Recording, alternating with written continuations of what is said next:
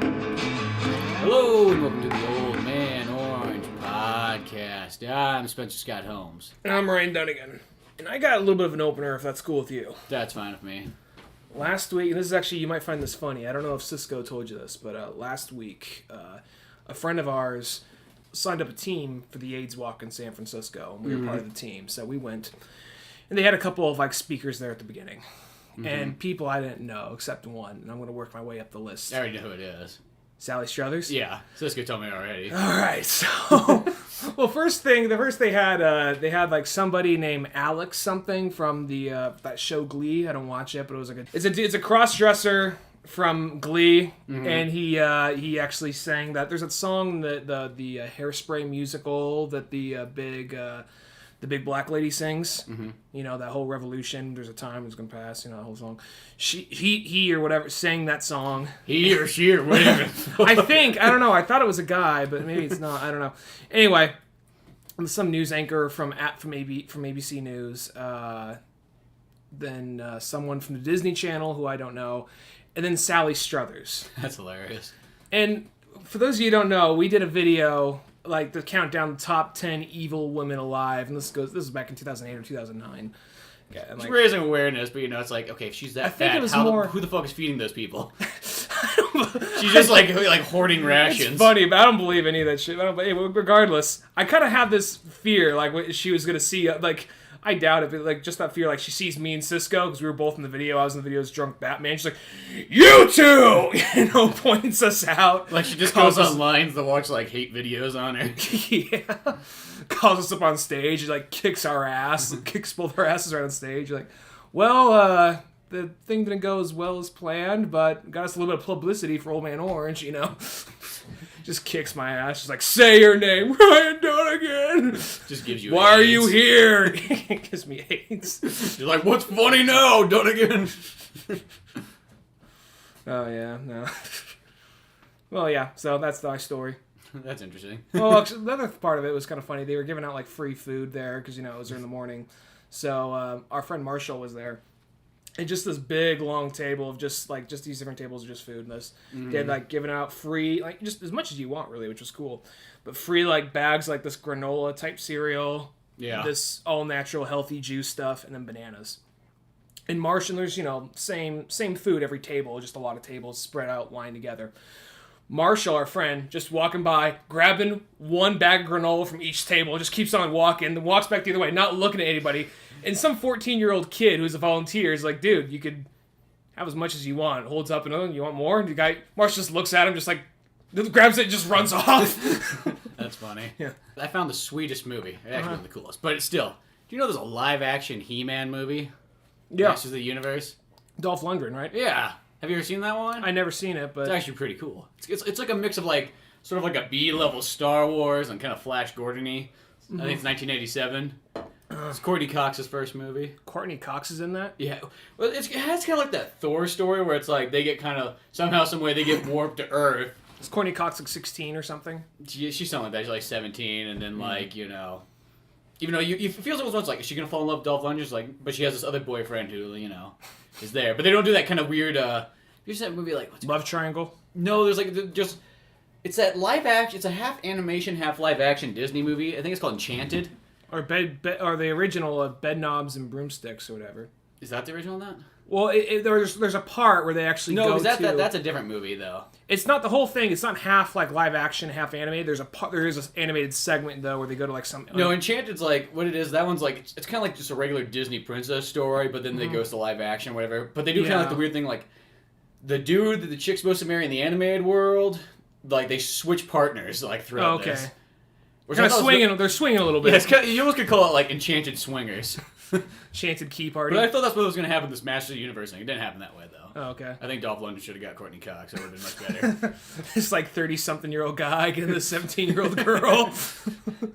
Right, it's Dolph Lundgren, though. Were they just kind of was it one of those things that just got transported to this other world, or was it they were watching, they started off, in Fantasy Zone with Skeletor or whatever, and then it's they take this transportation device, they're we don't know where we are! The Skeletor's I am Skeletor! Does he still talk? No, he has a deeper voice in this one. Okay, because I never liked that in the original. He had that Skeletor! You know, well, that's can't take that I seriously. think it's the same thing as I think G.I. Joe had that same problem too. Where Cobra Commander had like, I have the evil high pitch voice. Which is like, it's not that evil. It's just more fucking annoying than anything. Yeah. Like Megatron had that too. It was an '80s thing, I guess. Yeah, Megatron had that too, but his wasn't nearly as bad. It wasn't. You know who had the bad one in it was not Megatron, but Starscream. Starscream's the one. Megatron had a deeper voice. I take that back. No. He was still high pitched, but Starscream was really high pitched. Mm-hmm. Well, then Megatron was played by Liam Neeson later on when he became Galvatron. Mm. It wasn't high pitched then. Oh right, yeah. But no, Megatron wasn't that high pitched. Wait, Liam Neeson actually became. No, I mean Leonard Leonard Nimoy. Leonard Nimoy. Okay. Yeah, I think you just heard. He voices because I don't really know my Transformers all that well, but he voices. There's like an Autobot in the third one that Leonard Nimoy voices. That's cool. And he's one of the main original Autobots, I guess. And but then he ends up betraying the Autobots and ends up working with the Decepticons. Huh. So I'm not sure. Maybe it's a reference to that in some way. Oh, but this movie was kind of cool. It was interesting. It's like I like that kind of like 80s sci-fi fantasy kind of realm. You did have a lot of those through 80s and 90s. You don't really have that as much anymore, but where the kid liked... I don't know if the kid is... It was like they were watching the cartoon, they got sucked in the cartoon, or just this other world. Wait, what? No, wait, there's no cartoon in this movie at all. Okay, so they just go to this other world somehow. No, it's a full live action movie. All right, yeah. But well, I mean, like, was it like they were watching the cartoon? No, there's TV, no children in it. Some bullshit. Okay. Yeah, it's none of that. It's like a full on serious movie. Oh, okay. You know, just like your standard kind of superhero movie. I have to check it out at some point. I've never seen it. I remember That's there's pretty cool, one. There's a video game to it. I don't know what came first, but there was the game was trying to rip off Super Mario World. I remember that. There was the one where tell me if you remember this. It was like these 4 kids playing, like they're watching television. There's some like dinosaur cartoon, and just like it was totally like 90s getting sucked into the TV. It was in the like, 90s, you got sucked into a lot of things. It was things you didn't want to go into. But. Yeah, it was I think it was a Disney Channel movie, and they go to this world where they're like where they're dinosaurs or people generally, and they're kind of like it was like that show Dinosaurs or whatever. You mean the We're Back? Not the dinosaurs, the Jim don't... Henson thing. Yeah, that's a sweet show. They're all like puppets and like guys in suits and shit, and all the cave people are evil. Yeah, one of those kind of things. That's this one. The other one, the cave people were just like pets and they were retarded in the original dinosaurs. Okay, yeah. This is something entirely different, but it was just had that whole like just kind of like. Whoa, 90s! You know, there's the T-Rex with sunglasses, the Triceratops. Cool. Yeah. There's the Triceratops who's always like leather jacket, arms crossed the whole time. And they had a video game where you played as the kids. You'd be riding on their backs, but sometimes you'd have to get off their backs and go in places where the dinosaurs couldn't go or something. It generally just played like Super Mario World generally. It's kind of like Transformers. Like the only reason in Transformers the show why there's like the 2 like human people, it's just like there's some things we just can't fit into. Like you watch the show and there's events that they really never ever bring in the other 2 characters until it gets to a point where like that door we can't fit in. You could like probably knock through the wall, right? Yeah, we might destroy what we need in there. I also remember the kids that since they got sucked into this world, they had a TV remote and they could pause. And the TV remote was the way you could control everything. Yeah, they could pause. I feel like I've seen this. They could pause people. They could rewind it or something like that. I remember did you ever see Freddy's Dead? It's like the 6th Nightmare on Elm Street. No, I haven't. It was just called Freddy's Dead. Like they actually have a part where this guy, I think it's a video game. I don't think he's watching TV, but he gets sucked into it, and it's like a Freddy video game, and he gets killed in there. It was like 1992. Was it like side scrolling and everything just looked kind of pixelated? Or it was like side scrolling, but if I remember correctly, I think it was like partial graphics / live action. Like kind of like Batman Forever, the video game, something kind of like that. Yeah, except it wasn't like an action. I mean, like it was on screen, so it's like they just kind of like use the character, not like that kind of Mortal Kombat style. I know what you're talking about. But the better example right there. It's more like green screening, like kind of like semi-computer graphics, and with like I think the character's pure live action. I could be wrong, but okay, one of those kind of things. Or that game Primal Fury. That's Primal Rage. Primal Rage, yeah, where you had there's the dinosaurs, and you had people down below you cheering. We could literally just throw them up and fucking eat them or something like that. It was pretty much like, let's take that game Rampage, fuse with Mortal Kombat, make it a little bit darker, and have it a fighting game. Yeah. That's a badass game. That's actually a really cool game. Dude, that was another just one of those products of the 90s. Like, what can we make like Mortal Kombat or like Street Fighter? kids love like giant like dinosaurs. And Probably writing off like they're off the Jurassic Park like money on that too. That's true, because like you notice a lot of dinosaurs start appearing in video games too, like Tekken and everything. Like the raptor of the raptor with boxing gloves. Tekken, like it's one of those games that like it really tries to sell itself. It's like this is realistic, and then they throw in just a handful of things, just like okay, you're going on that whole realistic thing, and then all of a sudden there's a fucking raptor with boxing gloves on. They eventually drop it once they bring in like Devil Kazuya and Devil Jin and all that shit. Well, yeah, they started to drop. But I remember at first though, that was like kind of like its selling point was like Street Fighter's fake, Tekken real. Yeah, because you meet those people like I don't like fighting games when you get like powers, like fucking Hadokens are gay. Yeah, you did get some. And you're like, why? What's wrong? What's wrong? There were sometimes kids like I remember there was this one we always referred to him. He was in the multimedia tech club in air quotes, because all it was just like, okay, it's the technology club, but all you really do is you just brought your GameCube or your Xbox to school and people played multiplayer. Really, during lunch. It was more like 3 people brought their video game systems to school, and everybody else just showed up like, oh, awesome, you brought a controller for me? Maybe you rotated or something, maybe. There's one kid there, we called him the Rooster, just like, think of the worst kind of fanboy possible. Just complains about every little thing. He's almost like not even a fan. You don't even know what he's really actually a fan of. Yeah. He seems to just hate more than like. And he even looked like a rooster. He had like this he's like very lanky, very bobbly. He had like this huge Adam's apple. And his hair kind of just went up, kind of like a little like rooster's like. Yeah. What do you call that? On top of the head. And he talked kind of like this, so everyone just called him. And his head jutted out forward, like kind of like a rooster. Yeah. I remember if you got to argue with him, when we played volleyball in PE, he wore a fucking backpack. I don't know why, but it looks stupid as fuck. I could never figure that out. What was he wore a backpack? He just had a backpack on. And you're playing volleyball, so you're like jumping around. It's like what is the purpose of this? Just imagine his neck bobbing as he's walking. He's like walking, just like his backpack on. You see maybe like a mane of feathers just appear out of the backpack. Like, and he's like threatened, slowly backs away. Gets ready to fight. Starts like stomping. He's scratching the ground. Exactly. Anyway, I remember that guy, he was talking about like, I only like realistic fighting games like Soul Calibur. Fucking Soul Calibur. He's just like, well, what's wrong with Dead or... Because you were playing Dead or Alive or something. He's just like, I don't understand. So I'm not just saying about this guy, but a lot of people. He's just like, Dead or Alive is unrealistic. You get hit by a car and you still get up and keep fighting. Get knocked off a cliff, still fighting. You're playing a fucking video game. Oh yeah, it's like it's like how you get hit with a ginormous sword and you get back up again. Granted, that's not a complaint I hear too much this day and age. That was something more like in high school when I think people just needed to find something to be angry and push against. Well, yeah, that's like one's like they didn't really have a real target yet. So just like, you know what, I fucking hate those fucking McDonald's commercials, People just like found hate in everything. Yeah. But no, I met a lot of people over time, and like a lot of times the weird thing too is like they'd only like games like Virtual Fighter, Tekken. They probably like Dead or Alive. Pretty much anything that just didn't have any like kind of like Hadouken blasts in the projectiles, sense. Yeah, projectiles. Which Street Fighter has. They always like Mortal Kombat though, which is always kind of like Street Fighter kind of and Mortal Kombat kind of the monopoly on that, because I can't think of very many other ones that like more projectile kind of like. Anything that's kind of like. DC SNK has it. Yeah, SNK. SNK is kind of like the other Capcom. Yeah, so all their stuff, every single one of their games has projectiles in it.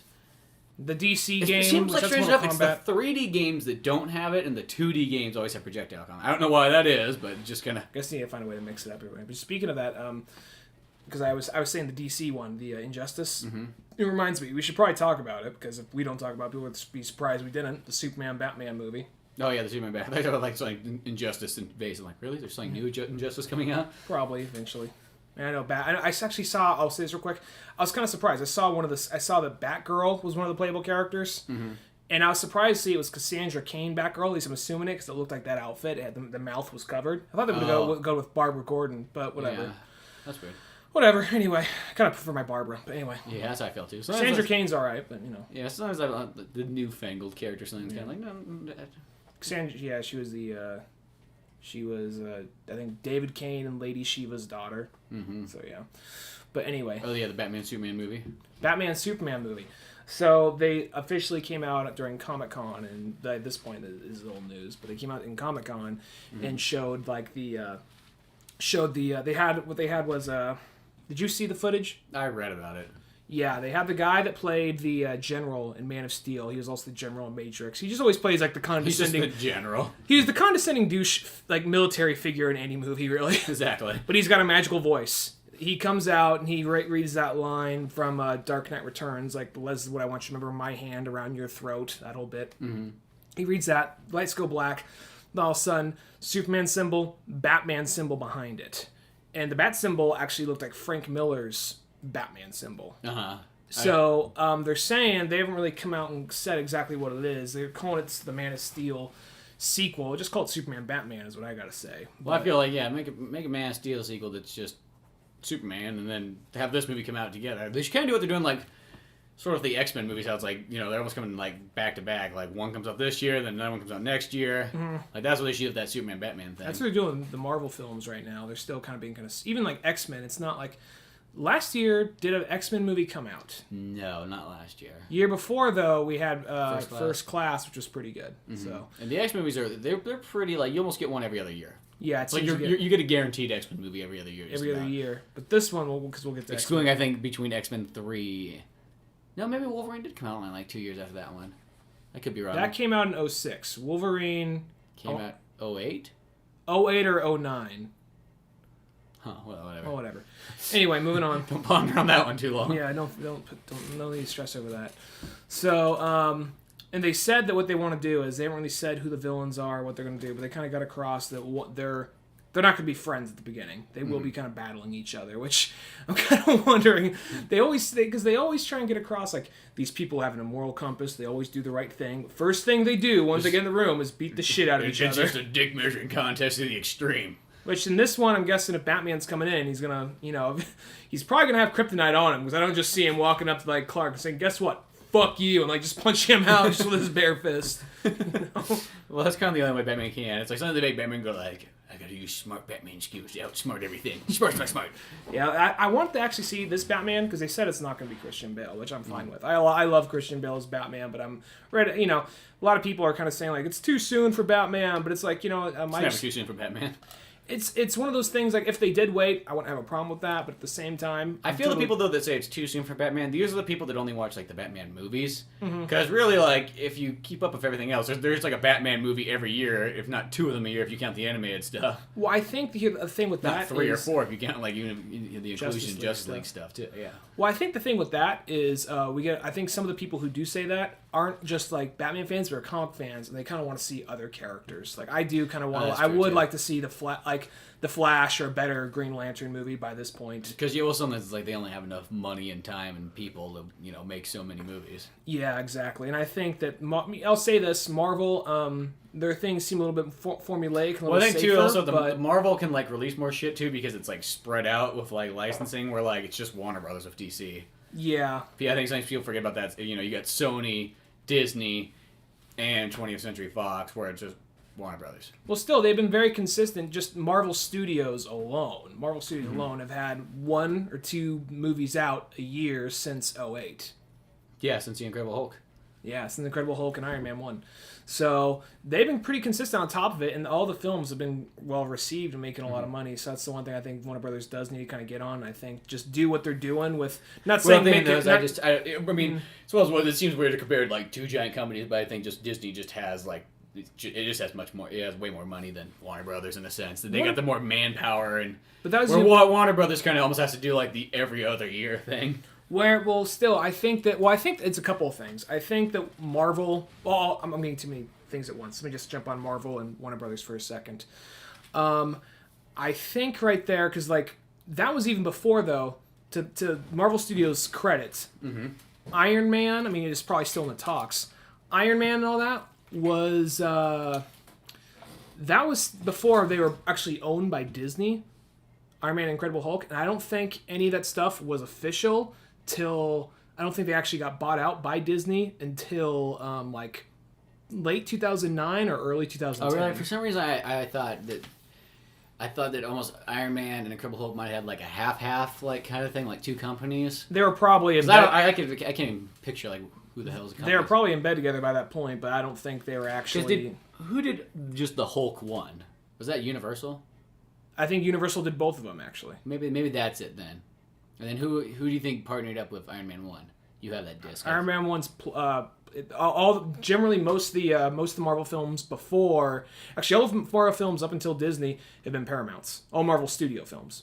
Okay, that's it then. So Paramount eventually, and I think it's one of those things like they still allowed Paramount to throw their name and get a little cash off of. They probably did like a half job, like. Yeah, because they already owned the rights to it beforehand, before they sold over to Disney. Yeah. So that probably helps in the run of like being able to release more. Technically, 3 companies: Marvel, Paramount, and Disney. Well, I take that back. DC, I guess Warner Bros. Has released about one a year, pretty much, if you count it.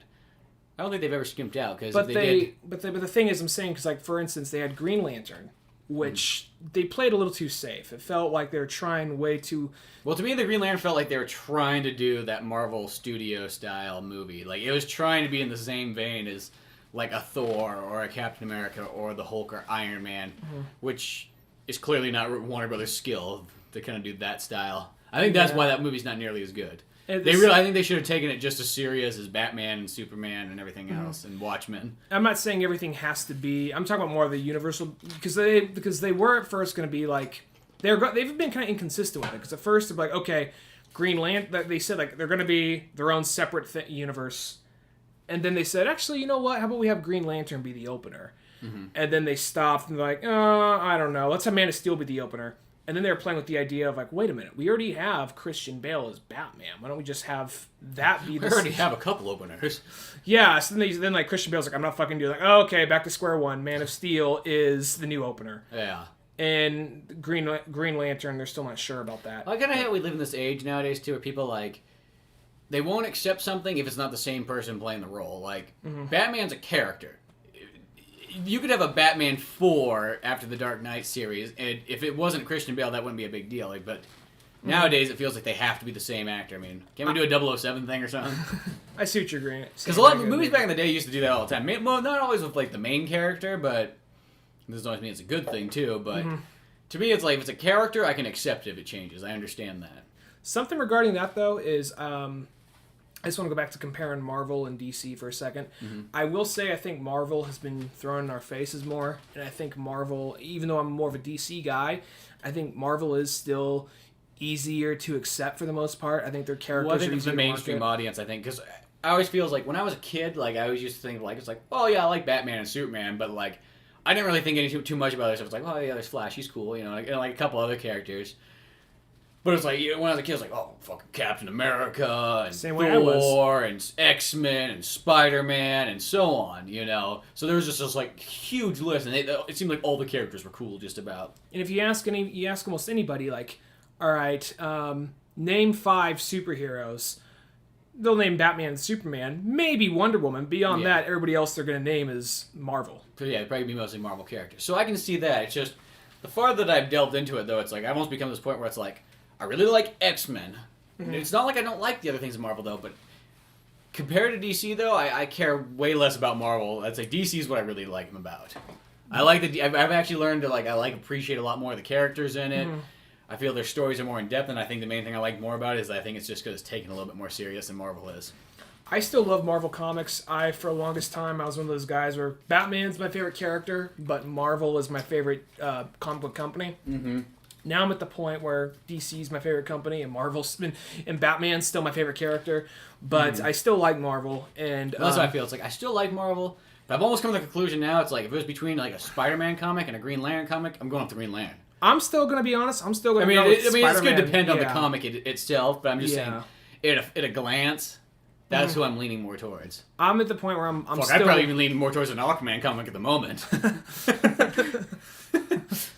Not just any Aquaman comic. Just any Aquaman comic. Not with him. He's got to have like a mullet on it. He can't be riding a seahorse. Unless he's got a mullet. Yeah. And the seahorse looks kind of like a motorcycle.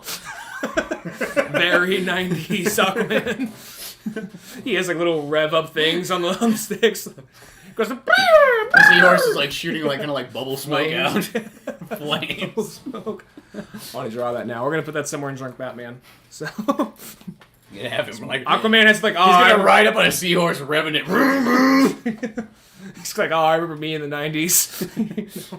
But anyway, regarding except for X-Men though. X-Men's the one thing though, like I almost put X-Men almost right behind sort of like Batman and Superman. That's like how much I still like X-Men a lot. I've been trying to catch up with Marvel because the thing is, for a while, I just felt it's one of those things. You just fall behind on 1 or 2 books, and you fall really behind. Next thing you know, it's fucking 2 years later, and you've missed. And DC's just doing it's just easier for me just because since they started the new, there's still old DC stories I want to collect and read, but that I haven't yet. But since the 2 started, it's just been so much easier to keep up with DC. And like, I've always wanted to check out Suicide Squad, so I can just pick that up. It's a good gateway. I always want to check out Swamp Thing, and Swamp Thing just restarted, so I can go with that. Where it's not like before, where it's like, okay, I want to check out where do I start Swamp from? Thing. Yeah. Which book I think is the best one? You know, you're just looking at about like 15 different plus books, you know. Mm-hmm. Which I wouldn't mind buying the Alan Moore collection of Swamp Thing at some point. But where Marvel always to me, I mean, this isn't the case with all DC and Marvel books, but it was just kind of DC would have this tendency just to be Batman, Hush, Superman, For Tomorrow, Flash, The Secret of Barry Allen. They'd have that kind of stuff. Well, I like where DC kind of like the stories are just like you can buy this one story, but you won't be like it's not like a total continual story. It's just like it's one solid stage story. But sometimes they make exact like there's some books that clearly go before others. Where Marvel for the longest time it is numbered 1, 2, 3, 4, 5, 6, which that could be a little daunting when you first take a glance at it. But somebody gets to the point where you're like, oh, this is issue 728, and it really makes me feel like I got to read like stuff way before that. Yeah, but still at the same time though, it was easier just to go pick up an X-Men book right now. Go pick up an Uncanny X-Men book right now. Look at that fucking book. That's the reason I never read X-Men. You'll have no idea what the fuck's going on. I always want to get into Wolverine. I read a little bit of Wolverine. I like Wolverine, but as far as X-Men, just X-Men, or the other 300 like standalone X-Men titles that are out there. Well, that's the only thing about X-Men though. It's like I remember just being a kid because it was like watch the X-Men show and I just remember picking up some comics and it's like okay, there's Gambit. And that time was a little bit easier because they kind of had the characters coming back into it. But as it kind of went on towards like the late 90s though, I mean like yeah, you get like 1 or 2 like original characters and everybody else is all these kind of new characters. Then you see like the weird alternative takes. I'm like, oh, there's Beast. He looks like a cat with goggles, but okay. Yeah, I hate that cat look for Beast. That's the one thing that's like I don't know why. I like my Beast. I like my Beast a Beast. I like him as a big blue bear. Yeah, it's the only. I remember like, I think he has that cat look in the Marvel anime X-Men one, which that one's actually pretty good. Mm-hmm. Jeff Loeb, I think, was one of the producers on that. But the only downfall though is you get Beast as a cat thing, and it's hard to accept. Yeah. I don't know. It just looks wrong. Well, my Marvel, as far as my Marvel goes... This is the fear I have of that new Super Mario game. It's like, Mario is a cat. I don't know if I'm going to... I just feel like... I feel like I'm doing something wrong when I watch Mario run around in a cat suit. We've already seen him in so many other suits. What's wrong with the cat? Yeah, but in the other suits he runs like Mario. In this suit he's like running on like... No, I don't got a problem with cats. He's doing the frog thing, too. Well, in the frog, I guess maybe because it's Frog's graphics. But like in the cat suit, just like he's just running and like it's like why is Mario running on all 4s? You see him just coming out like an S&M club, like just like. And then it looks even creepier when all 4 of them are running like synchronized. I just see Mario just in some S&M club with a gag ball as a cat, like meow, I'm afraid if there's a cross genre and him and Felicia get into contact, like that might be some weird creepy sex scene. Yeah. But no, I had something for that, and it was like, oh, fuck, there it goes. But anyway, what was I going to say? But the thing regarding Marvel, though, I always kind of wanted to check. There's some Marvel books I was really into, but like I said, I just fell behind. Like I was reading Captain America, I was reading Deadpool, I was reading...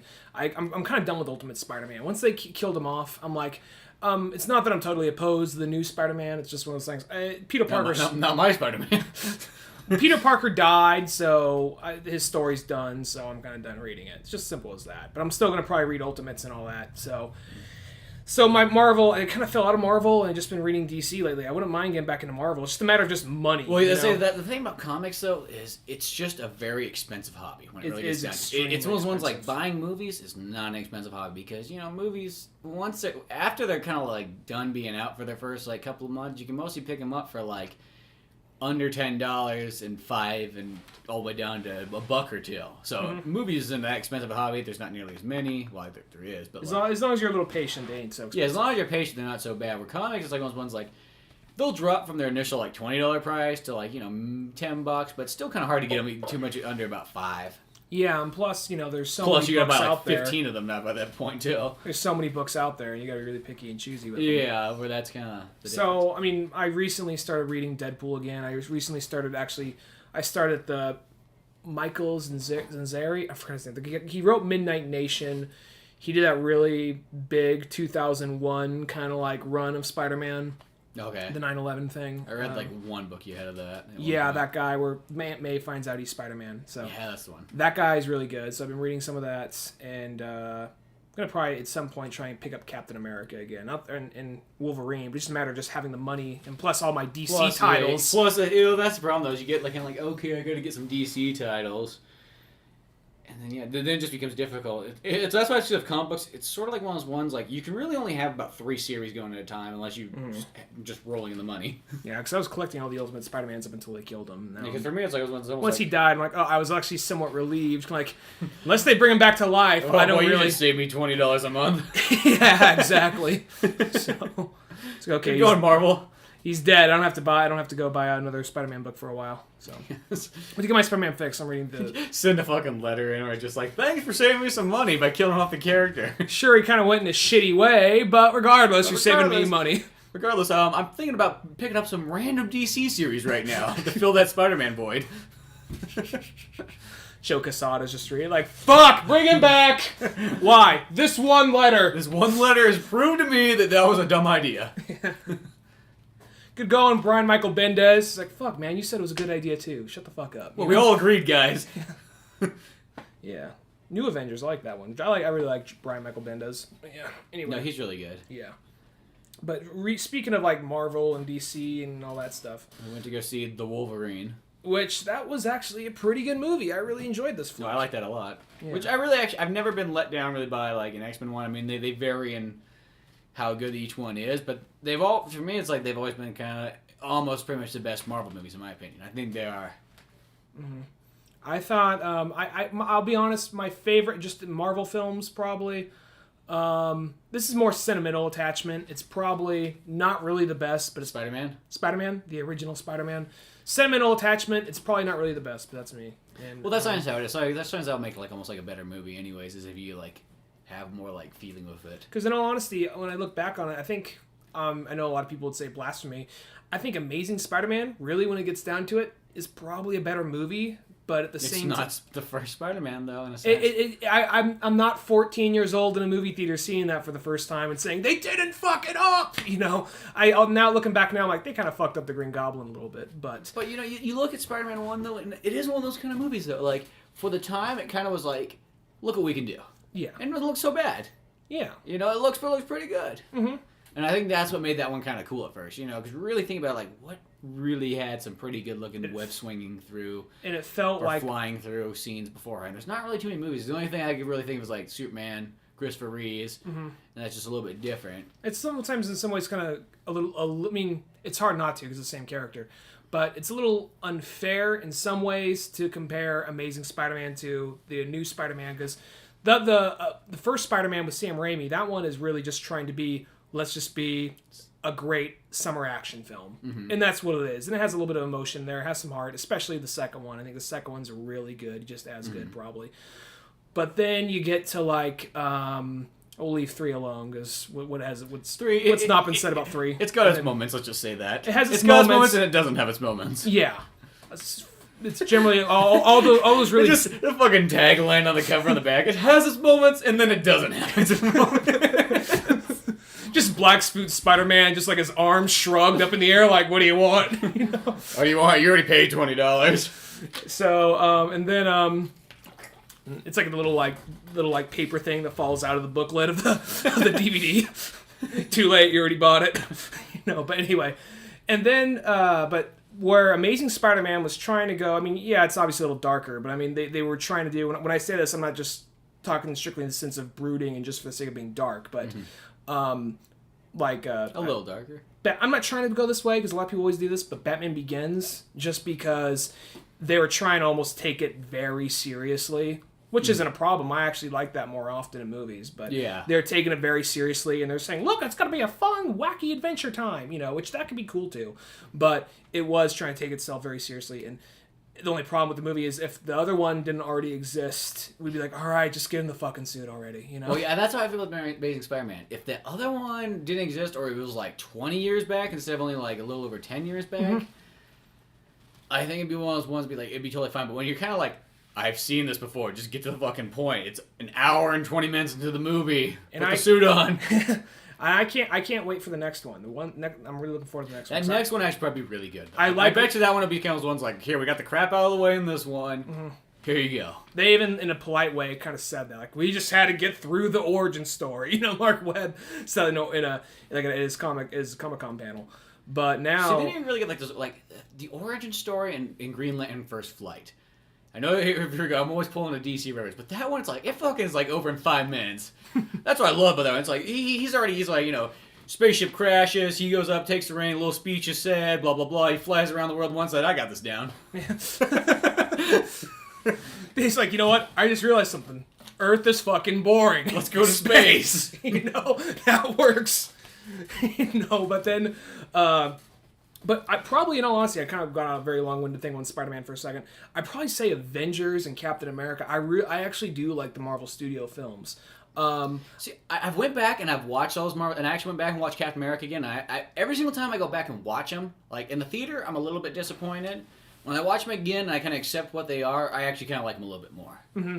And I actually really liked. I mean, the only Marvel Studio films I walked away saying, that was pretty good. Even though this is Avengers, Captain America, both have their flaws. We said it multiple times on this podcast. You know, and the other ones are like, oh, it was good. I really enjoyed it. Was Thor, Incredible Hulk. Well, actually, Incredible Hulk is probably up there. I will say though, I actually, because when I went back and watched Thor again, I actually like it almost just as much, maybe a tad bit less, but not that far off from Captain America and Avengers. Mm-hmm. Like, I think it's actually in about the same ballpark. Like, think so? Yeah, because really, it's like the things that bother me, I was like, Kat Dennings. One hand can count all of my problems that I have with that movie. So it's like, really, if like 5 things bother you, like, that shouldn't be that big of a deal. And they're small things, really. I mean, you know, you could almost like minus them in about all of like 10 seconds. 3 or 4 of those things are Kat Dennings, right? Yeah, like 3, yeah, exactly. But no, but she's a good actress in other things. Yeah, it's just her lines are just dumb. Yeah. But, and then, you know, like Iron Man 2 and 3, you know, 3's probably up there in like the same ballpark as like probably second range, and then like 2 is just kind of whatever to me. But, It's the Iron Man films I'm referring to it there. But then the X-Men films, they've actually, with the exception of X-Men 3, I've liked them all. And once again, going back and watching X-Men 3 again, I actually like that more than X-Men 1 and 2. I've watched X-Men 3 multiple times, and I still don't like that one that much. It just kind of, it moves a little too slow at the same time.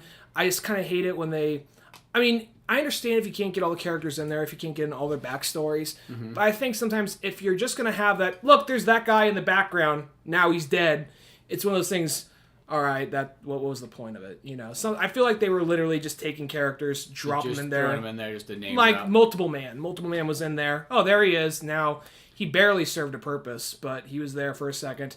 They had, like, what was it, like a... Well, Mystique came around eventually, but they had the whole what's her name? Like Psylocke was there, but she just kind of stood there the whole time. Yeah, didn't do a whole lot. And you didn't even really tap into her. She had maybe 2 lines, and then she died at the end. So it's kind of like when you just drop characters in there for the sake of having them. And plus, at the same time, I just thought, I mean, it wasn't like a god awful piece of shit. I just didn't like it that much, just compared to 1 and 2. So because I kind of like the X-Men movies. I like them pretty evenly. I don't, you know, I think they're all pretty good. Mm-hmm. You know, they're obviously, I think this with a lot of those movies, they can all be a little bit better. Mm-hmm. And the one thing the X-Men, because the X-Men kind of did the thing, and like they played it very safe, where it's just like, let's just have them like wear regular outfits, like nothing special, you know. Which I feel like the one thing I do like about the Marvel Studios movies, I do like this fact, like he's Captain America, he's wearing Captain America's suit. Yeah. You know, he's Thor, he's wearing Thor's suit. He's Iron Man, he's wearing Iron Man's suit. He's Hulk, he's wearing shorts. He's Hulk, he's wearing shorts.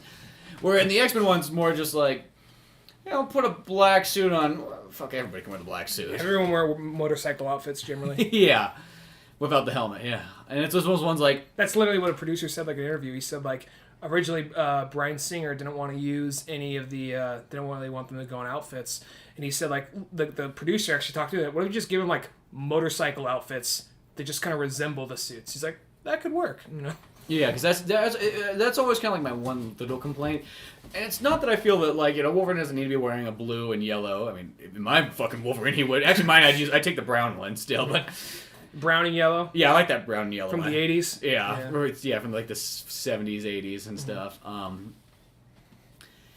But still, at least I have something. I mean, like, you know, like a partial, like, even if it's a toned down kind of suit, you know, but I don't know. I think that's what gives the thing's character. Mm-hmm. Well, even in the comics now, you see Wolverine generally walking around and just kind of like, just a wife beater and like tight jeans and cowboy boots. Well, I like that look, you know, like because it's kind of like in the cartoon show, you always have Wolverine, he had his cowboy boots and his jeans and his brown jacket on, and that's always a really cool look in itself. And that's one thing about the Wolverine movies. They kind of feel like they kind of captured that look. Mm-hmm. So Wolverine's kind of covered. I just feel like some of the other characters could have at least given like a partial costume looking like their thing. Something that, I mean, I kind of laughed about this, and not like in a cynical, douchey kind of way, but kind of how they get across how Wolverine is so tragic. And I like that. That is one of the things that makes Wolverine one of my favorite Marvel characters. But I was just watching this movie in the very beginning. He's out in the woods, just living, just trying to survive, and it really feels kind of like the Wolverine, which is the Wolverine, clarifying.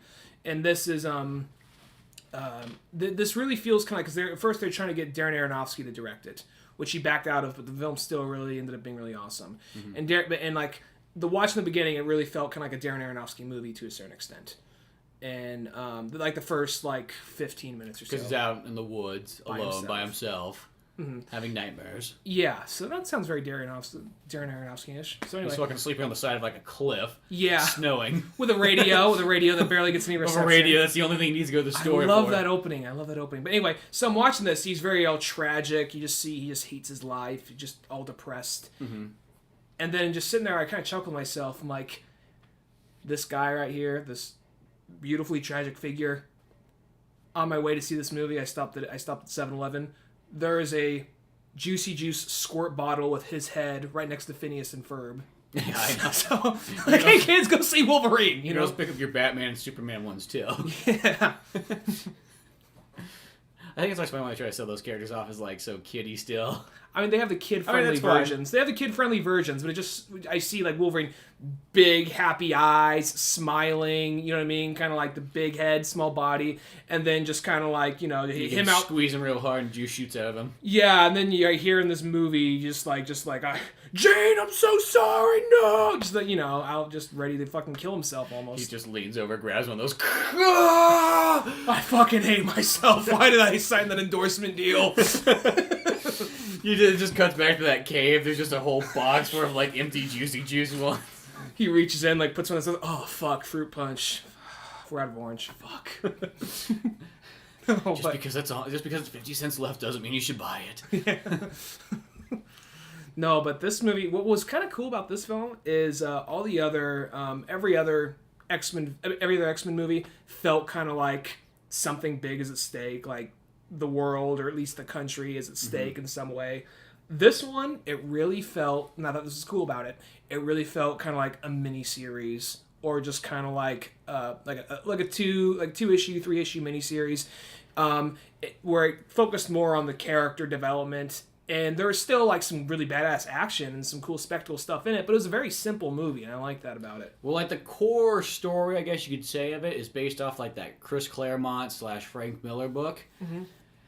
And that's kind of like that. It's just a 4-issue miniseries. It was like Wolverine's first, I think, like pretty much his first like miniseries of just him. Was that in the 80s? Yeah, I want to say it was like 81. Okay. So that's kind of like the core story of it, and then it kind of throws in more stuff to it. Mm-hmm. And that's kind of just helps explain like his tragic life kind of style. With the exception of Silver Samurai, I didn't know who anybody else in this movie was. Yeah, Silver Samurai wasn't in it, but Mariko and what's the other chick's name? Mariko. The Y. Not Yoko or Yuko? Yuri, Yaka, whatever. I'm blanking what her name is. But whatever. The chick with the red hair, but she's in that one, and then like the father figures and all that stuff's in there too. The father figure was. It doesn't have like that grandfather thing though. Silver Samurai wasn't the grandfather. No, well that's the only thing must be.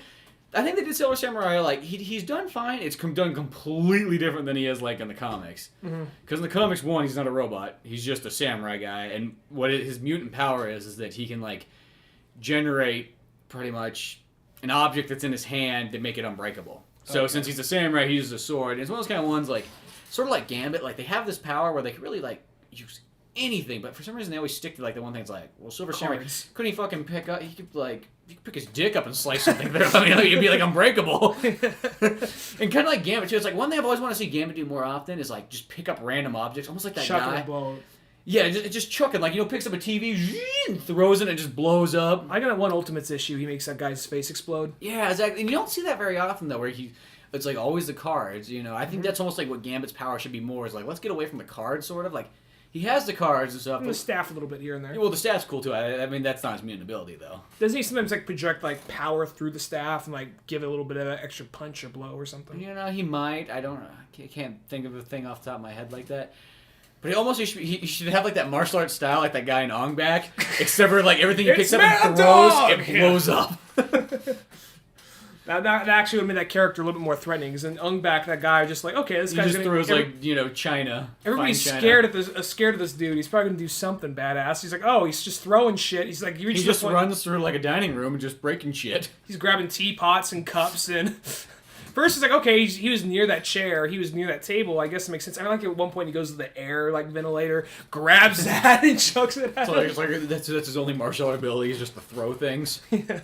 Tony Jaa had this more looking like, dude, fucking come on, try harder. This is the guy that everybody's here for. And it's one of those things he was kind of like, he seemed like he was more just kind of like irritated, not so much threatened, just more irritated. He's like, what the fuck am I going to do? I just want to find the fucking head to my statue and make crops again. But anyway. But yeah, back to that Silver Samurai. They do him kind of like that, like, he's sort of a robot body casing, I guess you could say. He's not technically a robot, but he's like a miniature mech. I was a little, like, relieved to some aspect they were going with that, because at first, because I don't really, I'll say this, I only know a little bit of X-Men. I read some Wolverine. I really liked the Wolverine I read. And then, what I know, everything else I know from X-Men, I know from the movies, the cartoons, and I had a few issues of Ultimate X-Men. I never really got into that one. Not that it was bad, it was just more money I had to spend.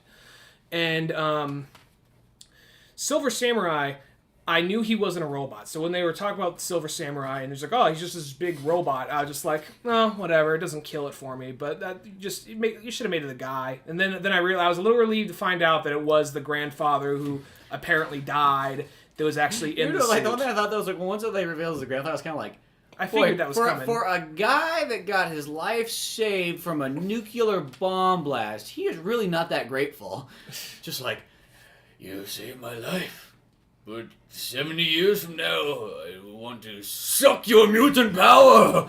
I think it was one of those things they got across that he had some sort of, he had some sort of kind of like, I didn't agree with it at all, but some kind of justification where like, well, look, I want to live, you want to die. What's wrong with that? It's funny as Wolverine like, die? What are you talking about? Die? We've got nightmares and all, but shit, don't you all have nightmares? Psyche, you want to kill yourself, right? Like, he just trying to talk him from the life sucks, right, Logan? It's like, here's my gift to you for saving my life. I'm gonna kill you. That sounds awesome, right? Pretty good gift, huh? Look, all I'm saying... Where else are you going to get one of those? All I'm saying is, you die, I get your powers, I get to become rich and powerful. Fair trade, right? Come on. You can die alone. Fuck, you can die in a cave. Yeah. Could be fun. I've never done it. And Wolverine's just kind of like, fuck you and your little kind of like 90s like needle toy chair. Yeah. Wasn't it like one of those needle toy chairs? Well, those are things like you push your hand. There's always some friend that had it, and like you put your hand or like your face on it. In a way I can remember, it was never really like a friend. Like an action figure in it. It was never really, because I don't really remember any of my main friends having it. It was always the kid, like the kid next door or the friend's friend that had that thing. You know what I mean? Like the kid just had like every little like stupid thing. Yeah, it's just like anything that came on TV he got. And it was like almost like it was like, I got one of those, whatever. Yeah. Just like, oh, this is like kind of cool. It feels cool. Yeah. You probably, it was one of those things you play with it for like 10 minutes, you forget about it. Yeah, I was thinking one's like, you think about this, one's like dumb 90s inventions, but... Yeah. Let's put our hand through it, and let's get an action figure. Let's put a pog through it, you know? Yeah. So... Here's the thing, if there was one of them sitting in this room right now, though, I'd probably be playing it if I just loved it. Probably. No, but anyway, something I thought was cool about the movie, because all the big spectacle things happen kind of roughly in the beginning and at the end. In the middle, it's a very slow... going movie. I mean, not horrifically slow. There's still enough going on to keep it interesting. But it's more like a talkie picture for a bit. Well, that's actually kind of interesting to me because what it became was it wasn't about like, oh, we got to outrun Omega Red and the Hellfire Club or anything like over the top like that. It was really just kind of like we're going against Yakuza and I just happen to be a mutant. And that seems way different. Like, a lot of the Wolverine, like at least like the earlier issues of Wolverine, they really step away from me. It just happens to be a guy.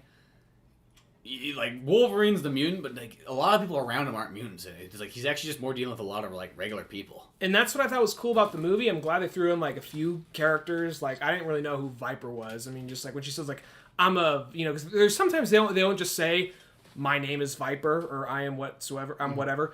They have to say like I'm this, I'm that, I'm a Viper. It's like, oh, she had emphasis on that. Her name's Viper. It's kind of like in Incredible Hulk when he says, like, when Tim Roth's like, you're going to dose me up with all this, gamma ray shit. He says, like, it could turn you into an abomination. They could have paused. They had the boom kind of thing right there. So I was like, okay, I'm just going to assume that character's name is Viper. So, that character it's pretty much just like almost like the Poison Ivy of like I got that from Marvel. The movie. Yeah. Which Poison Ivy meets like Reptile from Mortal Kombat. Which she was fine in the movie. I thought she was she was decent. She had a few parts that were kind of like weird acting. I would say like when she like because I guess she's kind of the over the top character, the over sexualized character. Well, that too, but just like the way her acting was like almost like she came straight from theater. Oh, okay. And then that part when she was running and she was hissing like she was gonna like explode like a tea kettle or something. She's a lizard. Yeah, I bet at some point the director says, you gotta hiss. She's like, I don't really want to hiss. No, you're a lizard, so you gotta hiss, It's like, fuck, alright, I'll hiss. By this point, I'm bald, too. But no. If a bald head, they'd be the shame rack. Yeah. No, but, the other thing about the film was, like I was saying, I liked how it just became kind of like he was just escorting this girl. It almost reminded me of, like, a 70s, like, Clint Eastwood or Charles Bronson movie. We're like, all right, here's this suspect I just gotta escort across the country. Something you'd see in a lot of those kind of movies. Like kind of like almost like I was gonna say the Gauntlet with Clint Eastwood. Yeah, or like this isn't that good of a movie, but the Assassination with Charles Bronson. Like those kind of like there's better examples than that, but like just I kind of like that. It was something different. It stood out. I mean, there were still enough interesting things going on. But it wasn't like just a super like... It wasn't a superhero movie, I guess you could say, where it's just like, villain! But they stopped to remind you here and there that you are watching a superhero film, which is cool. And I'm glad about that, because it's one of those things that's just... It doesn't deteriorate from it too much, but it doesn't throw too much at you at the same time. Yeah, it's not to the level of being a Christopher Nolan movie, but at the same time, it doesn't go to the level of, like, say, a Marvel Studios film. Yeah. It walks this good middle ground, which I guess... This one more so, but I guess the X-Men films have always kind of done that. Yeah, the X-Men films, they always, to me, as far as the Marvel goes, they always seem like the little bit more serious Marvel movies. Mm-hmm.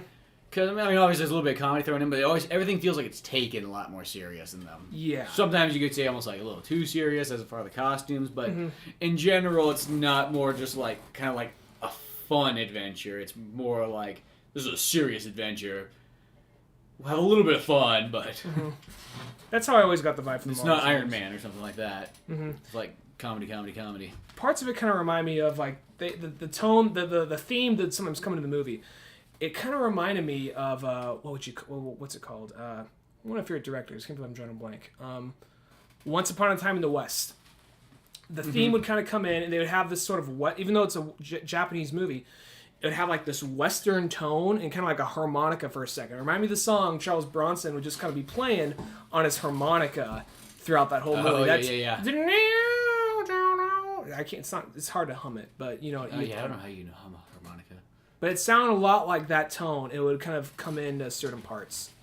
Mm-hmm. No, I know what you mean, like that. It had a little bit of that Western vibe, which makes sense because even though they're almost polar opposites, like samurais and cowboys are kind of the same as far as like story characters go. Let me put it this way: a Ronin samurai and the cowboys are kind of the same thing. Yeah. Well, because a regular samurai is more just like a master. military person. Yeah. Yeah.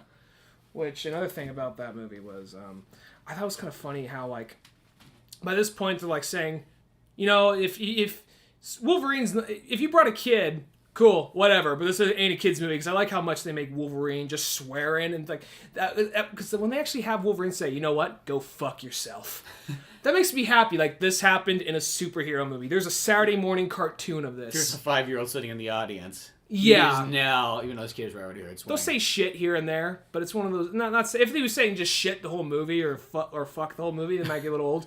But the fact that they actually they use it really well, I feel that's yeah. Like, whenever you swear, there's great moments of swearing. Like, the best moment in the movie, because there's the Yukio, or whatever her name is, she could read the future. I'm guessing that's a mutant power. Mm-hmm. And she says to him, and this is just, because it's just such a perfect Wolverine line. It wasn't meant to be funny, but it was so fucking funny to me. So she's breaking down, she's crying, and like, you're gonna die, you're gonna have your heart in your hand, and there's nothing you can do. And he's like, I don't got time for this shit. Get out of the car. Somebody you know who can read the future told you you're gonna fucking die with your heart in your hand. And you're like, I don't got fucking time for this.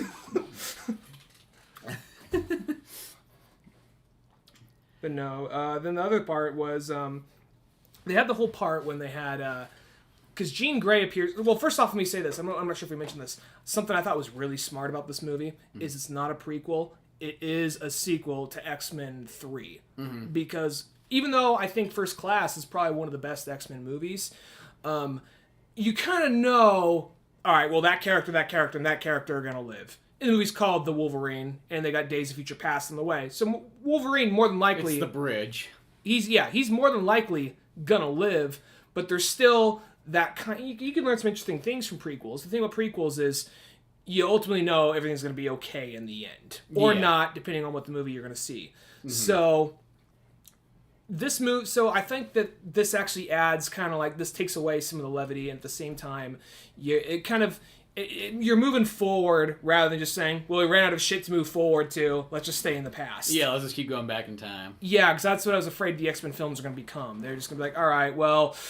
prequel after 3, so let's just keep doing it. Because that's going to have... For the while there, too, they're talking about just a lot of origin stories. They're still talking... We're going to have the Magneto one, we're going to have the Cyclops one, we're going to have all this stuff, and it's just like... And then after a while, it's like, well... They're still mentioning the possibility of a Magneto story. I'm like, what's the point after First Class? Well, yeah, it's like that kind of like some... Him hunting down Nazis, that was pretty badass opening for him. That's all you need to tell for the Magneto story. Yeah, I know, it's like, that's good enough. It's like, I mean, the origin story is like, yeah, that's fine, but let's carry on, you know? But anyway, something that happened is like Jean Grey would appear in dreams, talking to him, saying, and she'd appear in this sexy little white nightie, be talking to him the whole time, trying to like get him like, you want to die with me? Come on, be with me. That whole deal. Part of me is just wondering, because there's a few parts where she's like, but Logan, I'm alone here. I'm just waiting for it to pan over. Like Scott's in the corner, like, yeah, thanks. What about me? Wolverine just looks at him like, you can watch. Well, Scott's not dead. Scott is dead. No, he's not. He died in number 3. He's in Days of Future Past. He's going to be in Days of Future Past? Okay, maybe that explains that, but it took him fucking how long to actually... like, we kind of wrote ourselves in the corner by killing off Cyclops. Well, I don't think he actually... As I always thought, it's like, I don't think he actually died, because when it shows, like, since Professor Xavier can come back in the end of X-Men 3, it's like that pretty much goes like, well, then Scott can come back. But so many other people came back, too. So many other people were killed off, too. Oh, maybe they can come back, too. They ain't Professor X, though. Professor X, because they had that foreshadowing, kind of like, here's some guy, here's some vegetable in a chair somewhere, and then they never come back to it. I guess his mind transported that guy or whatever. But the thing of this movie is, I kind of like the stinger at the end, because sometimes they give you a very just vague stinger, and what happens is one character will walk out, like, oh, something kind of like that. And that sometimes that's all you need. But the fact this one just kind of directly leads into Days of Future Past. That's pretty cool. Halfway through the credits. And what happens is Wolverine's in an airport, and on the television you see a commercial for Trask Industries, which Trask Industries made the Sentinels. And then shit around starts moving, all the metal things. Wolverine turns around and Magneto's right behind him. then people freeze like they do like in X-Men 2. Whenever like Xavier just feels like I'm tired of all these people, you're off, Yeah. So then he rolls out. He says like we're all working together. We need you to come back. So I like how that directly. They said they're building a mutant to kill all the mutants. They're killing a weapon to kill all the mutants. And I was like, Days of Future Past. There we go. Yeah, so it was a good little tie-in, little lead-in for the next one. Yeah. The school movies will come out next year too. It's not even gonna wait 2 years or nothing. Yeah. So that was pretty smart on their part, I thought. But yeah. Overall, though, I just really like that. I just thought the Wolverine was really good. I don't know if it's the best X-Men movie out of all of them, but it's pretty damn good. I think it definitely stands out a lot. I think it stands out more than all the other ones. And that's pretty good, because, I mean, they all in their own way have some defining quality about them. But this definitely does seem kind of like the, I don't mean this in a bad way, it doesn't really seem necessary, but that being said, I still think it's probably one of my favorite of the X-Men films. I think it's such a, it's almost like, it's a simple story, and it's definitely a side story. But that's almost what makes it really cool. That's what makes it unique. And I feel like, I don't want to try and get all art schooly here, but I feel like I went into more of the emotion and more what was going on inside of Wolverine's head. Because Wolverine, which I know you and me are the minority on that movie, but I love Wolverine Origins. It's really weird. It's like, I meet a lot of people, though, that actually like it a lot. But there is always the people out there just, for some reason, hate it. It's just kind of like... My only thing with it wasn't so much the story. It was more of... I think they did two things. And it's not so much... The movie's not, like, horrible. I don't think it's a piece of shit like people say it is. I like the movie a lot. I think it's, like, fucking, like a 3.5 out of 4. I mean, I like the movie, but here's my problems with the movie. It's kind of like they get across that Wolverine doesn't age. Mm-hmm. But you had all these things you could have done with that. And yet you just kind of set it in, like, the early to mid-'80s. Doesn't really resemble it so much. And it's just kind of... I mean, you got the story. I think in some way you still could have told that story through time or something like that. And it just seemed kind of like you had all these decades of stories or period pieces to do and to go, but you chose to see early to mid '80s doesn't really even look that much like the early to mid '80s. At the same time, I think there are certain scenes that weren't really shot or the visual shot that well, or the visual effects didn't look that good. Like the part when there's some visual and like to me it's like those ones like I'm not gonna let that totally kill the movie for me. Could be better, but that's CG for you. I'm not gonna let that totally kill the movie for me. But I mean, just the way the action scenes also kind of went to some, like, the part when like Agent Zero just kind of runs in, he's just like shooting everybody, just flips over, just in a very kind of because that guy's not stylized. They're stylized, but then there's this stylized, you know what I mean? I'm not gonna let that kill the movie for me. And then they didn't do that. I mean, I think Ryan Reynolds, before he's Deadpool in quotation marks, before when he's just Wade Wilson, I think he's fine. But I think they could have done more with Deadpool. I think they were trying to set up for Deadpool, but they weren't really sure what they were doing with that. Yeah. This being said, I still like that movie. I just think it has some problems. And then, like, one other thing, this is just kind of a plot point that I just didn't make a whole lot of sense to me, but they have the part where they have the adamantium bullet. Mm-hmm. And, like, okay, well, if you just have this adamantium bullet the whole time, why don't you just give them to the expert marksman who can shoot at anything? Yeah. That's kind of like, oh, whatever. But regardless of that, that was one of those things, I still enjoyed the movie. No, and I think people judge that movie too much, but regardless. Well, sometimes people judge movies so much, it's like, well, what the fuck do you want? Really what they want is just like, you just want to make your own movie now. You don't care to see other people's movies. You just want to make your own. And the whole thing with me saying, like, oh, they could have taken it here, they could have taken it there back in time. That's not me criticizing the movie for that, but it seems kind of like you have a little bit of a missed opportunity there. Yeah. That's just my opinion, but I still enjoyed it. I liked Liv Schreiber's Sabretooth more than the Sabretooth in the first X-Men. Yeah, I think they captured a really good job. Yeah, I thought they did a really good job with that dynamic. So but I don't know. But I think the Wolverine though is pretty damn good though. I can't really complain about anything too much in it. There's some things they did differently, but I accept difference. Yeah, I love that opening, though, when he's just... Even though I love the rest of the movie, the first probably 10, 15 minutes is probably my favorite part, when he's just out in the woods. Mm-hmm. And that kind of says right there... I think this movie also got a better job into, like, how disturbed Wolverine is with everything around him. Other movies imply it, but I think this movie goes into his head much better, and you learn more from him through that. Really, I think it keeps carrying on. Yeah, and I think that just the part when he's out in the woods, and you see he has this kind of like, he's not best buds, but he has this mutual relationship with that bear. The grizzly bear. He sees that grizzly bear, he's kind of like, whatever, you know? The bear's like, okay, yeah, they get the point, you know? And then he finds there's these douchey, we didn't even mention this part yet, but there's like the douchiest hunters out there. They're like in the shop, and they're like, yo, babe, put all this stuff on credit. Yeah. And they're outside, and they're like, oh, you shot the gun, you blew my foot off. We're in town, look at me. Alaska. Yeah, and then Let's he goes... go kill something. And then they get out there. They actually get out there, and Wolverine's all... They get out there, and they kill the bear. I guess what happens is the bear... They shot it with a poison arrow, which drove the bear insane. It killed a few of the guys, because they didn't go back and finish the job. And then one of the guys kind of like ran off like a little bitch. Yeah, leaving the bear there to suffer and die. And then Wolverine goes... He finds the bear, and this is probably like... I'll say this. Bears are one of my biggest fears. Is it really a fear? Yeah, it's a fear of mine. Fear of bears? I'm not like afraid I'm gonna walk down the street and a bear is just gonna fucking kill me all of a sudden. But I'm saying like, I mean, going out like you're gonna go get like insurance and there's gonna be a bear there with glasses on. I'm saying in the context. I mean, luckily I live in a way that I don't have to worry. Bears are not a frequent worry of mine. But being out like in Alaska or somewhere like that, I'd be nervous if I was out camping for bears, all that kind of shit. Mm-hmm. So. Me saying that, being kind of like, you know, fuck, not like saying go out and kill bears or anything, but just being one of those things, kind of like, bears scare me. I don't really feel for them most of the time. That scene right there, I was like, those fucking assholes. Because what happens is you just see the bear just slowly dying, bleeding, and pain because he has a poison arrow. And then, like, Wolverine has to kill it to, like, you know, puts out his misery. Put out his misery, which that right there still hurt the bear because she's like, all super loud, and just dies. And Wolverine just had such a guilt-ridden look on his face. And he goes to the bar, finds the guys. It's like, I just love that part. That scene I think is the pinnacle scene of the movie, though. I mean, the whole movie's great, but that scene just. I'm kind of wondering though, for like the beginning, like, what was the name of the guy that like directed this movie? Forgot his name. Damn it. Well, whoever it is.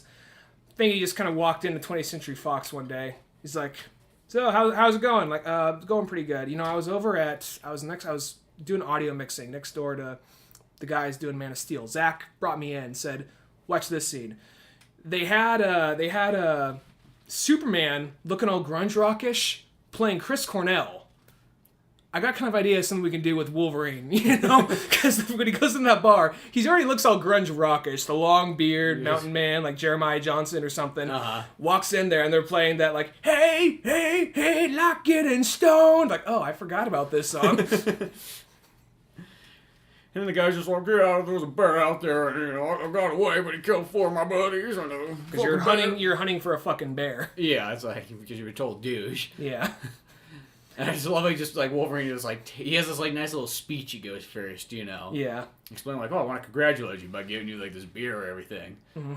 I like what he does. Where he like the guy has his hand down on the table. He slams the arrow through the guy's hand. It's that kind of shit right there. Like not your standard superhero movie. That's what I'm glad about it. The guy's all screaming. He's all like poison tip arrow. He's just like just stops like. Want to ask me where I got it? He's taking a little sip of whiskey, then pours like the whiskey down the arrow, like straight into the guy's wound. That's what you just love about Wolverine. Yeah, that's why. And then the thing I also love about Wolverine too is the second that the guy like pisses him off even more, it's like he's gonna kill him. He's gonna kill him. Yeah. I mean, he gets stopped, but he says like, "Sorry, Gene." Just pulls out the blades. Mm-hmm. That's when the girl walks in and stops them. They show that part in the trailer. You know, I think there's a time and place for like heroes that don't kill, but there's something great just when there's a hero just doesn't give a fuck. You know what? He's doing the world a favor by killing this guy. This guy is clearly not helping anybody out but himself. It's kind of weird. Some superheroes is kind of like, I don't want Batman killing. I mean, at some point in time, I understand it's an alternate reality, or that guy's a zombie, or whatever. Yeah, Batman seems like the second the thing's not human, he doesn't give a flying fuck. He seems to find kind of like ways around it. Like we said it in the Court of Owls episode, where just like this thing's talk. He's like cutting off the heads, these Court of Owl like ninja owl things, and he's all like, "Well, they're already dead, so it's okay." You know? Well, it's talking, and it's able to make comprehensive speech. Every once in a while, whenever he finds like an alien or an undead creature, it's like he gets to finally go like, I can just get a kill. If I can just kill once every couple years, it's not human. Yeah. It's totally great. It's like just like an addict, like like some guy like I just need to go out and just like maybe once a year I'll go out and I'll do a little bit of heroin. Just once a year, man. Just once a year. Batman's like just once a year. gotta find an outlet. I gotta kill something. Something. Can't be human, though. Yeah. That way I'm not breaking my rule. Gotta have fucking dignity now. Yeah. And I kind of like my superheroes. I like certain ones that don't kill, and the ones that don't, that's their thing. I'm glad about that. I think it works. It's like it's the ones that works for some characters, but I think every once in a while when you get a Punisher or you get a Wolverine, or you get somebody who like that's not a problem for them. I like that. Like Wolverine, I think it's pretty awesome that they because when you think back on the cartoons, that's where I kind of got most of my X-Men knowledge, or from the Saturday morning Fox Kids show.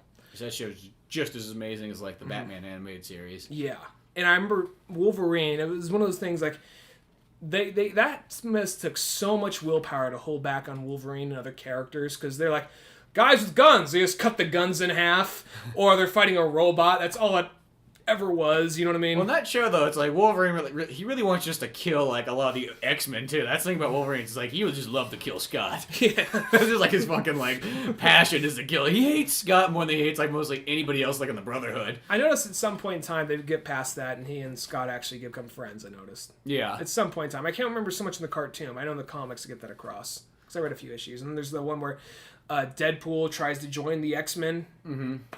I like how he goes on the television. He's actually wearing like a t-shirt. He's wearing a shirt over the X-Men outfit, just X-Man. You know what I mean?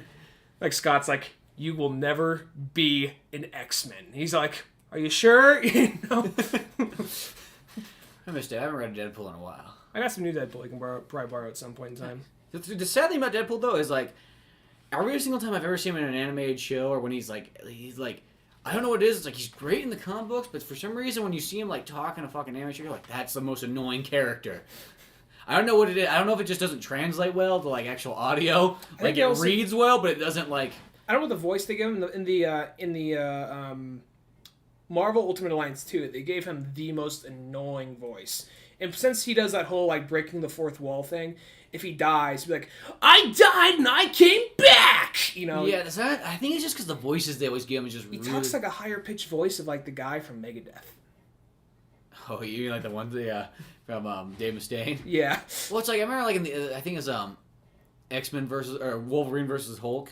Like in that one, he's in that one too, and just like you like cringe. I think what makes it worse is like I like that character, but when you give me a version where I don't like that character, that makes it worse. Like if I didn't like the character in the first place, but like, fuck that character. Yeah, and Deadpool, he is probably one of my favorite Marvel characters. It's one of the Marvel series I try to keep up on still, but it's just one of those things. Yeah, I think he's better for comics. I'm curious to see how that Deadpool video game comes out. It got like okay reviews. I figured it would. It looked like it's like sounds like it's an enjoyable enough game. Mm-hmm. I mean, not amazing, but whatever. Yeah. No Batman Arkham Asylum, I guess, but like close to it. I figured it'd just be okay, but we'll see what happens. Is it already out? Mm-hmm. Oh, okay. It's either out or it should be out by now. Mm-hmm. But what about that 47 Ronin movie with Keanu? I'm totally down for that. I hope it's rated R. Yeah, that's the one thing though. As I look at it though, it's like it might be a PG-13 movie. If it's rated R, it would be really cool. And the other thing about it is, if it's PG-13, I'll take it. But another thing about that movie is, because it's Keanu is a samurai, and I'm glad what they did is they actually refer to him, they say, he's a half-breed. I'm glad they actually acknowledge that, instead of just so he's outcasted and enslaved, and like some 47 or 46 soldiers came in and took him under their wing and training him to go after like the guy who killed their master. Yeah. And it goes into a lot of which is something we don't see in a lot of American stuff. You don't really see Asian stuff too often in American movies. Well, you don't see like so much Asian stuff from myths. You don't see like mostly you see like mythological like most Asian of they're always like bad. They're mostly just villains. Most movies like here's the Yakuza in New York, you know. Yeah, but I mean you don't. In general, I'm saying because they had dragons flying around. They had stuff which I'm assuming is from Japanese myths. Mm-hmm. So I'm all down for that. I'm curious to see how this film turns out, and I think Keanu Reeves. I think. Given what he's doing, he could be really good. And if you're just if you give him a role where he's just killing fuckers left and right because he's a really good physical actor, I think. Mm-hmm. I think he's got it down. So I'm looking forward to that movie. No, that one looks really cool. They had the longer Elysium trailer. I can't wait for that movie. Yeah, that's getting close. Along with Two Guns, can't wait for that one. Mm-hmm. A bunch of good stuff. And then there is, I know there's like another one that's slipping my mind. There's Elysium. There was There's that Ben Stiller movie. Yeah, there's a Ben Stiller one. That actually kind of cool. I mean, it looks just like a feel-good movie, but it looks like a kind of live now type of movie. Where that one is, I think it's like the Secret Life of Walter Mitty, I believe what it's called. Yeah, it's like a guy who works at like Life and just realizes that I have a really boring desk job or whatever. But like I work for a magazine where they take all these amazing photos. What the fuck am I doing in here? Yeah, so then he goes Let's out. get on this helicopter. Let's just go travel the world, you know. And they look like the cinematography, and it looks beautiful. It looks actually kind of cool. I like that. Looks like pretty cool. It looks like I like Ben Stiller because the whole thing they didn't show. It was like very artsy. They didn't have any dialogue till the very end. And they just got a point. He had a very boring life. They had some. I think it may have been. It was some hipster band. I think it was Edward Sharpe and the Magnetic Zeros or something like that. Huh. And they had a song playing over that, and then showed him traveling around the world with all this very beautiful cinematography. And I thought it was kind of funny, though. There's the one part in the trailer where he's looking at the picture, and it's like, Sean Penn. I'm guessing Sean Penn's in the movie. There's a picture of Sean Penn. He looks at him, and the picture, in a really weird way, starts to kind of wave him in. So it's got the image of Ben Stiller just jumping into the painting, like in Mario Brothers or something like that. Sean Penn calling him out. Yeah. So, but that looked cool. Looked different. Yeah. That's always like my key thing I look for in movies. Almost like, is it different? The majority of the trailer made it look like kind of like a drama, like a feel-good drama. But I think it needs to be a feel-good drama with a little bit of comedy. With a little bit of comedy thrown in. Because he gets there, it shows him like, hey, he stops at some rental place. He's like, can I? What kind of car do you got? And it's just some like Asian, like backwoods Asian guy says, we got red and blue. Just cuts away, just like these two cars. Like exactly the same thing, just red and blue. It's like, I guess the red. It looked like the yellow one was missing. Yeah. And then there's the trailer for the Grandmaster. Oh yeah, that looked pretty cool because you mostly you never movie. see like martial arts movies like in mainstream theaters. It seems like they love to get across just to get to Americans. Like this is the dude that trained Bruce Lee. Well, it's just that like in every single one of those Ip Man movies, it's like it always mentions Bruce Lee somewhere on that, mostly on the cover too, not even on the back. I was in a store earlier today. I saw like Ip Man. I should have bought it, but I saw Ip Man there. It said the guy who trained Bruce Lee. It's just like, of course. I've always wanted to see those ones. I've never seen them. They always come up. They always have high stars, and you know they look good. Which I'm wondering if this is kind of like a retelling of that guy, or if this is Ip Man 3, and they said let's just call it Grandmaster so we can sell it to Americans. Well, because they put number 3 in the theaters, people are like, well, I didn't see 1 and 2, so I'm not gonna go see this. Yeah, which it's kind of. Did that movie have subtitles in it? They didn't actually show any dialogue. They just showed kung fu. I'm guessing there's gonna be subtitles. I'm guessing there's gonna be subtitles because if it had regular English voices, I think they would just kind of like let it go. Subtitles don't scare me away from the movie. They don't scare me, but they scare the majority though. Yeah. Well, I had one friend. He's not some illiterate douche or anything. He says like I don't like watching subtitle movies, and the only reason is because I like to see because this guy actually likes to read and all that. He says I just like to watch the movie. Well, that's the only downfall I always have the subtitles though is the fact that like you have to look down and then look back up again. And it's the only downfall. It is the downfall, but it doesn't really deteriorate me too much. And I said to him, well, regardless of that, check out this movie. This movie's called The Good, the Bad, the Weird.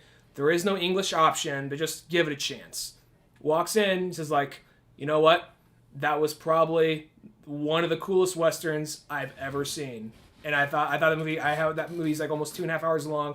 And I had my attention the whole time. So I think if you can get people just to give it a chance, I think if you can get them in the door, they're fine. Because I think it's at first glance like I don't want to read. Yeah. And I think it's just because I know it is one of those ones like it's because you can't look at both things at the same time. That's the only downfall. So you kind of have to do the like down up down up down up. Yeah. But if you can't read subtitles, then you're missing out on like some of the best movies.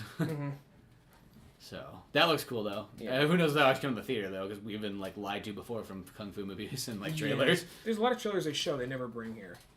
Well, I got a couple new emails. Oh, we do. Right on. I got one from Jacob Sampson. Hey Jacob, how's it going? He says, "You guys are the best YouTubers ever.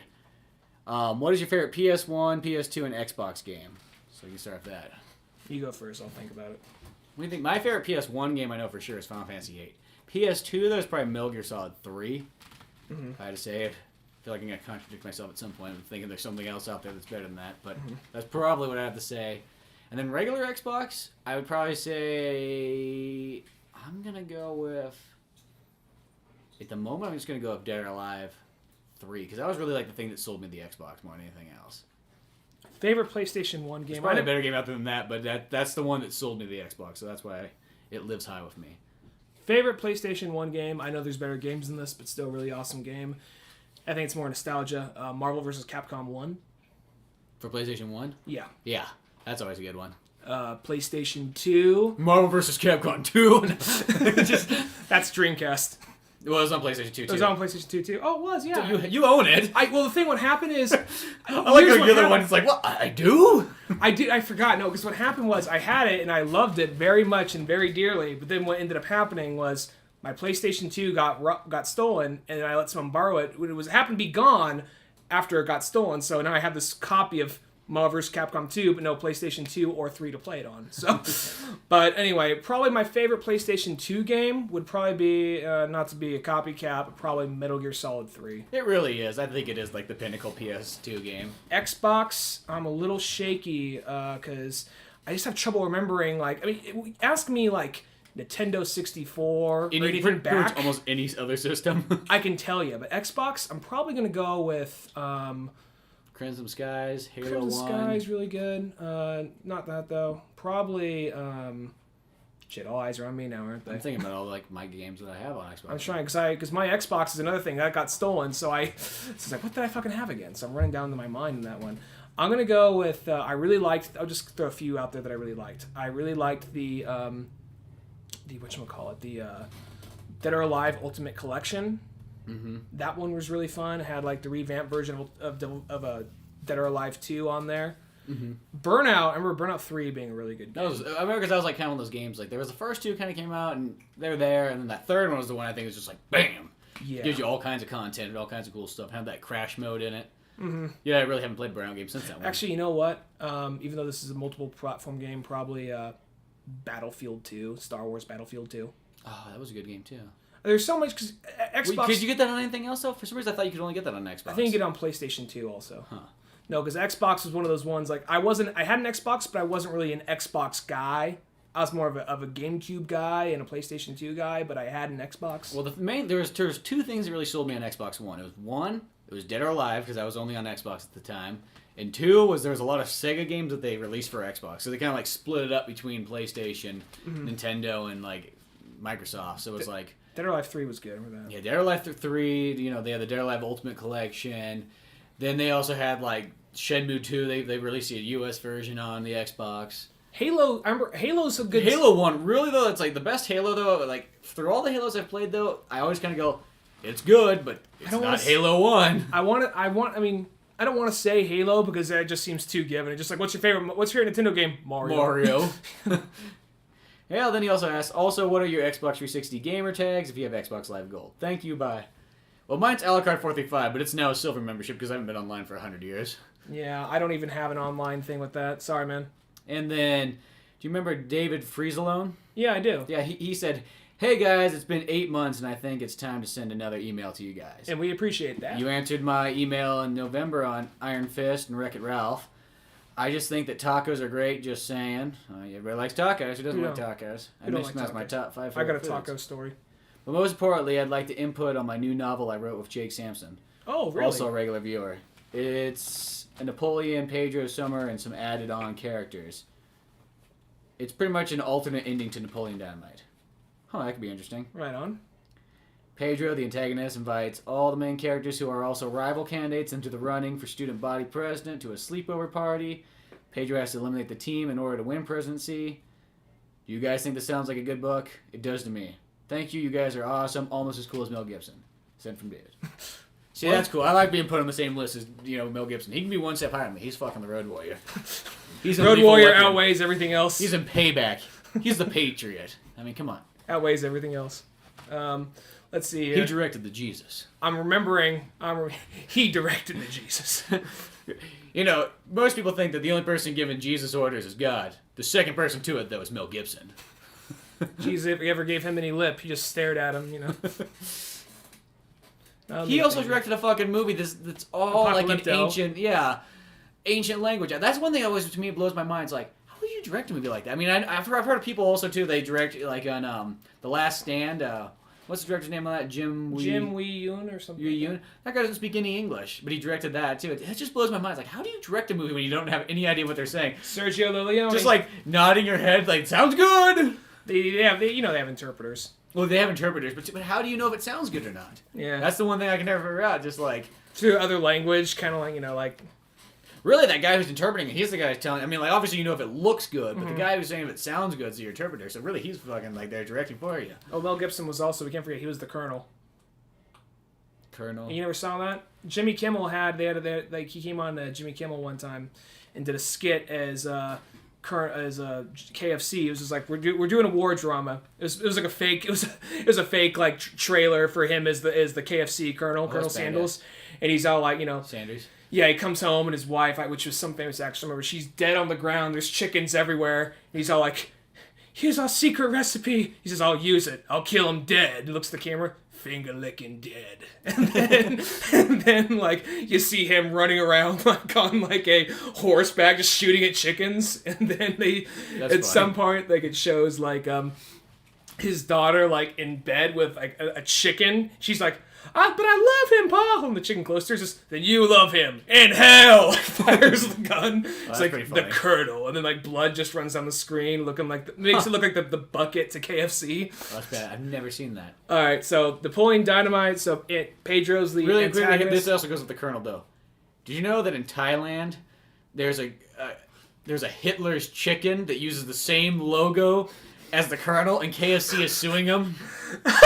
Hitler. It's called the Hitler's chicken. It's got a picture of Hitler's face, like where the Colonel's is. Is he smiling? And or it's just fried serious? chicken. Is he smiling or is he serious? I don't know. I didn't see the picture though. I just heard about this. Actually, now you mentioned it, I think I did hear it. This is on Christopher Titus. Yeah, that's where I heard about it. That's actually, I forgot about that. That's actually pretty funny. I thought that was like, that's fucking badass. Coming to Hitler's, yeah. You gotta see what Hitler's chicken is. I mean, how do you not? If you see that, if you walk down the street and like, Hitler's chicken, I just gotta find out. The spud's gotta be like deep fried swastikas. But now, what was I gonna say? I think that could work. I'm not really sure, like, Napoleon Dynamite. I'm trying to remember all the stuff about that movie. Because I only saw that movie, like, once, a long time ago. I remember liking it when I saw it. I think that could be a funny, like, fan, like, story right there. I think it'd be, like, a good... I don't know if you're making it a book or a comic or a little animated short. I think that could work right there. Since you're already doing, like, something... I mean, I don't really know what you guys are writing or what areas you're going with it.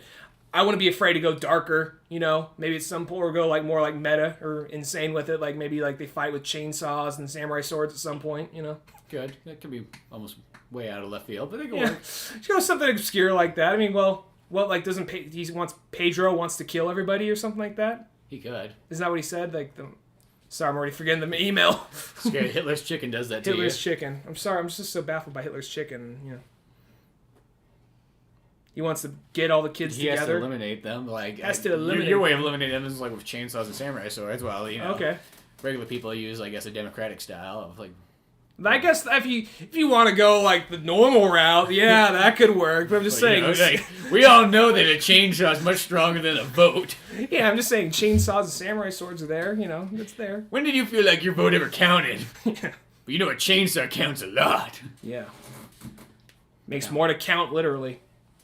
But yeah, in pieces. That's bad. But ignore chainsaws are cool. But you're not gonna edit it. Mel Gibson's really badass. Who doesn't like the Mel? I love the Mels. Half of Hollywood, apparently. Oh yeah, those people are fucking idiots, though. They can't respect good acting if they know anything about it. Mel Gibson, think about it. It's fucking Mel Gibson. I know it's Mel Gibson. I know people do that thing where they're like, well, I don't like his personal life, so fuck his acting. No, I'll fully admit, I think he's a good actor and he's definitely a talented filmmaker. I think, the guy himself is just a little out there, but I definitely will give the guy credit. I really wanted to see that movie Get the Gringo. Oh, that was a great movie. You saw that? Yeah, it was really good. All right. You got to go check that one out. It'll blow your mind. Everyone said that, like, hey, I heard a critic on Spill say, look, I don't like Mel Gibson, but that was a good fucking movie. See, the thing is, like, I like Mel Gibson. If he wants to do whatever he wants, he's Mel Gibson. I like his movies. Who's going to tell Mel Gibson what to do? Exactly. Yeah. That's the point. It's Mel Gibson. Yeah. You know what I mean? But, yeah, I guess that's a good place to end it at. So, I'm Spencer Scott Holmes. I'm Ryan Dunigan. Check out oldmanorange.com. Until then, see you later. Goodbye.